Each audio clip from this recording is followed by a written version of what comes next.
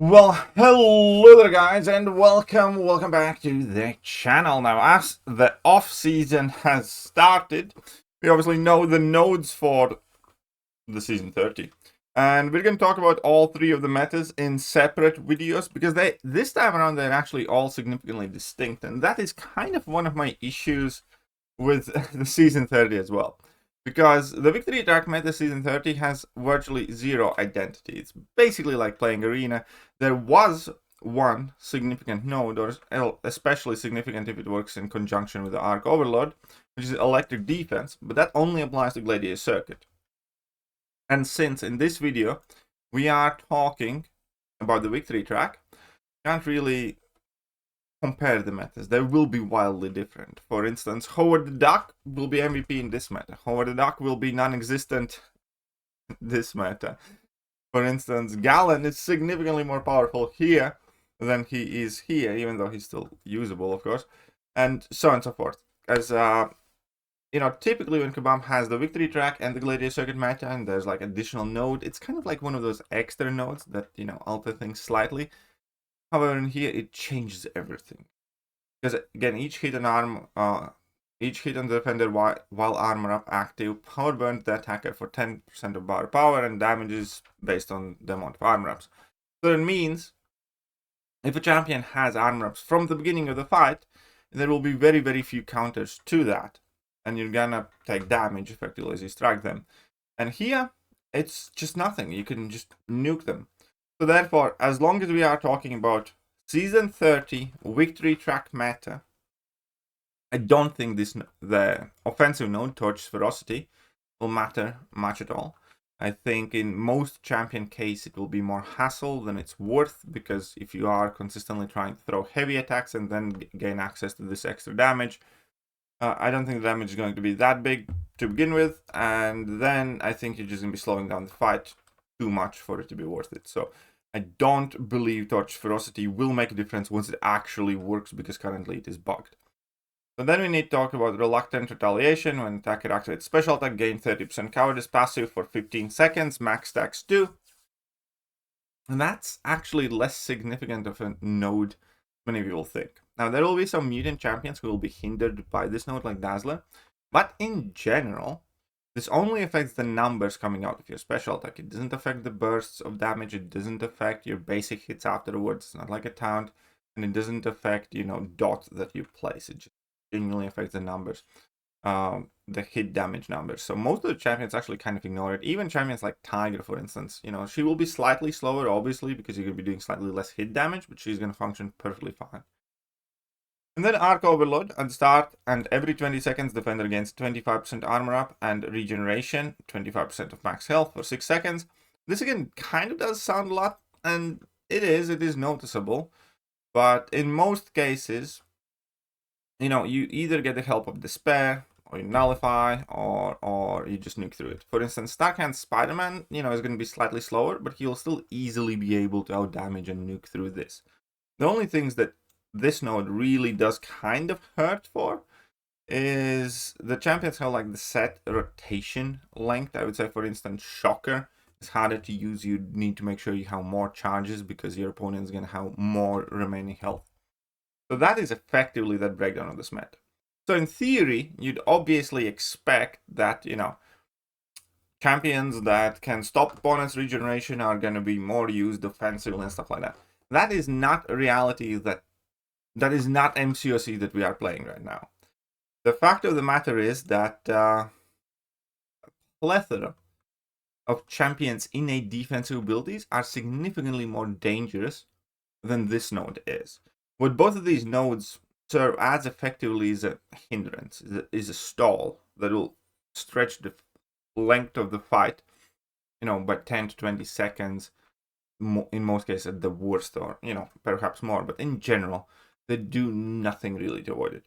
What does alter the fight is obviously all the defensive abilities the champions have.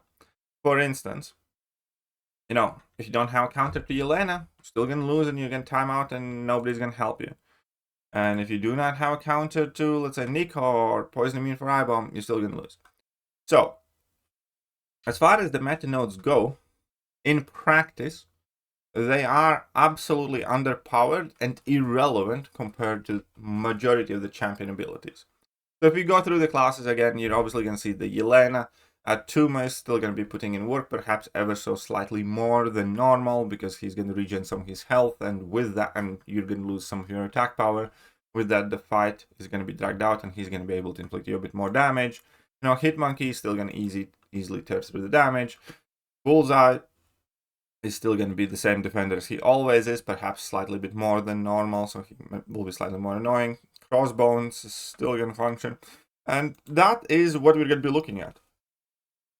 That is what, with few exceptions, you know, that's what you're going to end up doing. Especially with champions that inflict dots. Like Okoye will not care about that regen at all, and she's still going to be dominant. Nick Fury is still going to be present, because he will be usable both offensively and defensively. And then defenders like Zola. All of your nasty meta defenders get slightly more capable effectively in this meta, because they do get extra healing, and, you know, you do stretch out the fight a little bit. And that's about it of this meta. It really is a fairly straightforward affair. So again, in tech class, obviously you're going to deal with Zolas and Fams, and Red Skulls are going to be present. Starhand Spider-Man still going to nuke. Sentinel's going to be good. In tech class, again, many of the tech champions will get a bit of extra advantage, like Red Skull and Sentinel, because they do have access to the heal blocks. Then in Mutant class, you kind of need to be a bit more careful with the mutants, because there are mutants who are hindered by the cowardice. I don't think Jean Grey is one of them. She has been working out fine. You know, Onslaught's still working out fine. All his degen damage is effectively unscathed. Mr. Sinister is working out fine too. But several of the mutants aren't quite doing as well. So that's like the one class that I guess is more so stopped by this, because many mutants do rely on, you know, special attack damage and cowardice is effectively a direct counter to them. For instance, somebody like, you know, Captain Britain, well, not that you can use Captain Britain offensively, but let's say Dazzler. I believe that if you are suffering from cowardice, then you're not going to be able to get all the benefit. Where's the cowardice? But so yeah, if Dazzler is not suffering from cowardice after activation, she gains all of these buffs. So for instance, you know, cowardice does absolutely disable Dazzler, so she's kind of unusable in this meta. And there are a handful more tech champions, like, you know, not that many people use Kitty Pryde, but Kitty Pryde gets obviously completely ruined by cowardice. A few more. Also, the fact that it only affects the big yellow number type champions, for instance, makes Mantis significantly worse as a champion, which I did want to point out, because you know, her one and only big source of damage is that big level 2, and because of that, because of the cowardice, she's not going to be like really as viable, I'd say. Then moving on in the science class is going to be doing perfectly fine and fantastic, because either they A, have access to a lot of debuffs, or B, can reverse the regen. So, you know, Spider-Ham is going to be great, Silk's going to function fine, Photon's going to be perfectly usable, Count Nefaria is also going to be, you know, kind of better than normal. Obviously, the new Human Torch is going to be cooking things up as well. But majority of the science champions do effectively kind of get a little bit of a boost in terms of their usability, because again, either they will mitigate the regen via Despair and debuffs, or reverse it via Petrify or Spectre or the sorts. Leader actually might be a solid investment for the upcoming couple of metas, because he's going to be good for both of the metas, because regen's involved. So he might be worth running, he might be worth ranking. Just saying. Anyways, moving on to the Mystic class again. I tested out Chavez. She's a bit slower. She still kind of works quite well, because despite getting that cowardice on her, she still has the bursts on the level 2, and she does have a very good amount of hit damage there as well. So for stuff like Serpent, she was still working perfectly fine. Chatra, again, your Wasp damage is not really affected, and, you know, the extra buffs do feed your Mystic Dispersion, so it kind of helps you. Hydra, again, is perfectly fine. Kushala works, again, perfectly reasonably well. The cowardice is a passive, so Juggernaut is still an absolutely amazing option. Hood is still great. So most of the Mystic champions work fine. Because again, you do get the hindrance of the cowardice passive, but because of the increased amount of buffs due to Arc Overlord, you know, you do have extra access to the special attacks. You can be aggressive, you can fuel your abilities. So not all of them most of the Mystic champions will still function, you know, just about fine.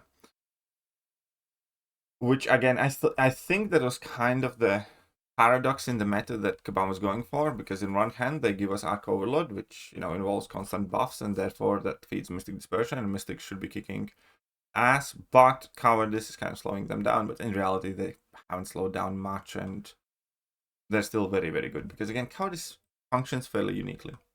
Right. Moving on, we have Null, and in the Cosmic class, he's going to be perfectly capable and fine. Again, with Null, you don't really spam special attacks to begin with, and a lot of your damage comes from your basic hits too. You know, and he can deal with armor ups and regen as well via debuffs and, you know, eating them up. So you're going to still have to deal with Dark Phoenix. Venom's actually very, very solid option for this meta. Then we have the Deathless Thanos and the Serpent. So it's going to be a very generic meta. This is going to be one of those victory track metas where it's just, again, basically just put in the biggest champions in your account, and you're going to have to face very similar decks with all the, you know, most capable champions in the game. So that is it. Obviously, that will completely change for the weeks 1 and 2 meta. So let me know if you want a video for that. But meanwhile, I'm going to catch you guys soon. Bye-bye.